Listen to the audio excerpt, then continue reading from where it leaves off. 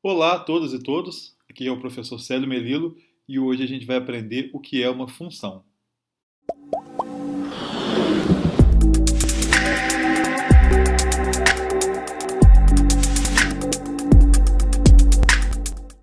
Uma função é um tipo específico de relação entre dois conjuntos. Nela, cada elemento do conjunto de partida tem que estar associado a exatamente um elemento do conjunto de chegada. Foco no exatamente um. O que isso significa? Nem menos que um, nem mais que um. Ou seja, cada elemento do conjunto de partida não pode ficar sem nenhum correspondente no conjunto de chegada, ou seja, não pode sobrar. Da mesma forma, cada elemento do conjunto de partida não pode ter dois ou mais correspondentes. Nenhum elemento pode partir dele duas correspondências para o conjunto de chegada. Uma função então se constitui de dois conjuntos, o conjunto de partida e o conjunto de chegada, e a regra que associa elementos desses dois conjuntos. Até aí, nenhuma diferença para uma relação qualquer, como a gente já estudou. Só que numa função, o conjunto de partida ele ganha um nome específico. Ele se chama domínio de uma função, enquanto o conjunto de chegada chama-se contradomínio da função. A regra de associação dessa relação também pode ser chamada de lei da função de forma equivalente. Se o domínio da função é o conjunto A e o contradomínio da função é o conjunto B, a gente diz que essa função é uma função de A em B. E a gente pode também dar um nome para a própria função. Eu vou chamar de função f. Então eu me refiro a ela, quando eu falo do domínio, é o domínio da função f, é o contradomínio da função f, é a lei da função f, é a função f de A em B. Essa leitura de A em B já indica a ordem de onde parte e onde chega, quem é o domínio e quem é o contradomínio dessa função. Inclusive essa simbologia f dois pontos A e essa seta B indica esse sentido. Ao ler essa simbologia, você sabe que o nome da função é f, o domínio é o conjunto A e o contradomínio é o conjunto B. Essa é uma simbologia que a gente vai adotar a partir de agora quando a gente quiser falar sobre o domínio e o contradomínio de uma função, sem precisar sempre usar os termos domínio e contradomínio.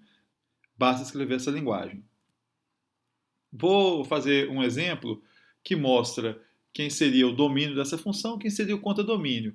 O domínio tem esses 5 elementos e eu estou fazendo uma associação arbitrária entre o x1 com o y1, o x2 com o y1, o x3 com o y3, o x5 com o y3 e termina por aí a associação dos elementos entre os conjuntos de partida e conjunto de chegada. Destaque que o x4 é um elemento do conjunto de partida sem nenhum correspondente no conjunto de chegada. Então, essa relação não é uma função, porque sobra um elemento no conjunto domínio sem nenhuma correspondência no contradomínio, ou no nosso candidato a domínio e no nosso candidato a contradomínio. O segundo exemplo, a gente vai ver aí, mudando a regra de associação, agora não sobra mais ninguém no conjunto de partida, no nosso candidato a domínio. Entretanto, o x3 é problemático, porque, por um motivo diferente, também não vai ser função. Nesse caso, porque existe um elemento que é o x3 que está no domínio, no pretenso domínio, com dois correspondentes no contradomínio.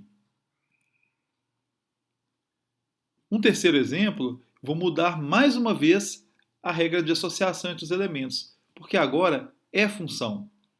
Mesmo que esteja sobrando y2 no contradomínio, mesmo que no contradomínio tenham elementos com dois correspondentes do domínio, todo o nosso foco para analisar uma função está no domínio. Se cada elemento do domínio tem uma correspondência, não importa o que aconteça com essas correspondências lá no contradomínio, desde que a gente consiga observar que parte uma associação de cada elemento do domínio, eu posso concluir sim que essa relação é uma função. No nosso quarto e último exemplo, são dados dois conjuntos cujos elementos estão listados aí entre chaves, e a gente vai trabalhar com a função f de A em B, traduzindo naquela linguagem que a gente já aprendeu no início da aula, dada por f de x igual a 2x ao quadrado. Essa é uma maneira de escrever a relação entre x e o seu correspondente. Quando a gente diz f de x, significa qual que é o valor da variável dependente quando eu aplicar uma determinada regra sobre a variável x. Isso vai ficar mais fácil listando conjunto por conjunto aqui para a gente entender. Por exemplo, a variável menos 2, que está aqui no conjunto domínio, essa é a variável menos 2, ela tem o correspondente 8. Como que eu descobri isso? Calculando o f de menos 2, substituindo o x por menos 2 nessa fórmula. Menos 2 ao quadrado dá 4, 2 vezes 4 dá 8. E esse é o cálculo que eu faço inserindo cada valor da variável livre. Agora eu vou inserir o zero e eu vou calcular o f de zero, que é 2 vezes zero ao quadrado, que também é zero. Depois eu vou fazer a mesma coisa com o 1, que ao calcular o f de 1, desculpa, eu vou ter 2 vezes 1 ao quadrado, que é 2. E para finalizar os 4 valores do domínio, eu vou calcular o f de 2, 2 vezes 2 ao quadrado, que dá 8. E eu tenho todas as correspondências dessa função. Para cada valor, eu tenho o seu correspondente. Esse correspondente é chamado de imagem. Daqui a pouco a gente vai esclarecer um pouco esse conceito de imagem. Mas eu posso afirmar que o 8 é a imagem do menos 2 e a imagem do 2. O 0 é a imagem do 0 e o 2 é a imagem do 1.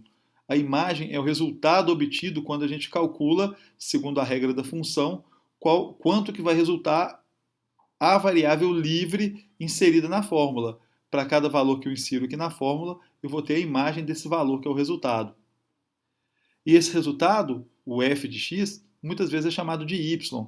Por isso que às vezes você vai ver escrito y igual a f de x, você vai ver escrito a regra f de x igual a 2x2, que é o que a gente viu, mas também vai ver escrito y igual a 2x2, que são outras maneiras de escrever a mesma relação entre os valores do domínio, que tradicionalmente são chamados de uma determinada letra, e x é a mais comumente usada, e os valores do contradomínio, nos quais y é a letra mais comumente usada, mas pode usar qualquer letra também para representar esses elementos.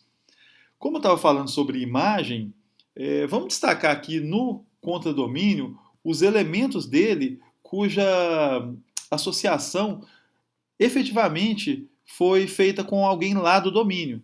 Então, o 0, o 2 e o 8 são esses elementos. O 0 é a imagem do 0, o 2 é a imagem do 1 e o 8 é a imagem do 2.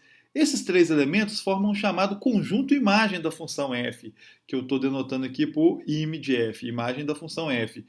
Só tem esses três elementos. A imagem ela é um subconjunto do contradomínio, ela sempre está dentro do contradomínio. A gente poderia dizer de uma maneira informal, só para entender, a imagem é a parte do contradomínio que realmente participa da função. Os outros números estão aqui, eles são parte do conjunto contradomínio, eles têm sim um papel matematicamente falando, só que para efeitos práticos de cálculo, eles não fazem diferença nenhuma. Então o 1, o 3, o 4, o 5, o 6, o 7 e o 9, eles não afetam o funcionamento dessa relação entre cada uma dessas variáveis e não define se essa relação vai ser função ou não. Agora o 0, por exemplo, se eu tirar ou o 2 ou o 8, eu vou deixar elementos do domínio sem correspondência no contradomínio. E isso vai deixar de ser uma função. Portanto, essa é a diferença entre conjunto imagem e contradomínio. Eu espero que vocês tenham gostado da aula de hoje. Bons estudos, tentem fazer os exercícios e até a próxima.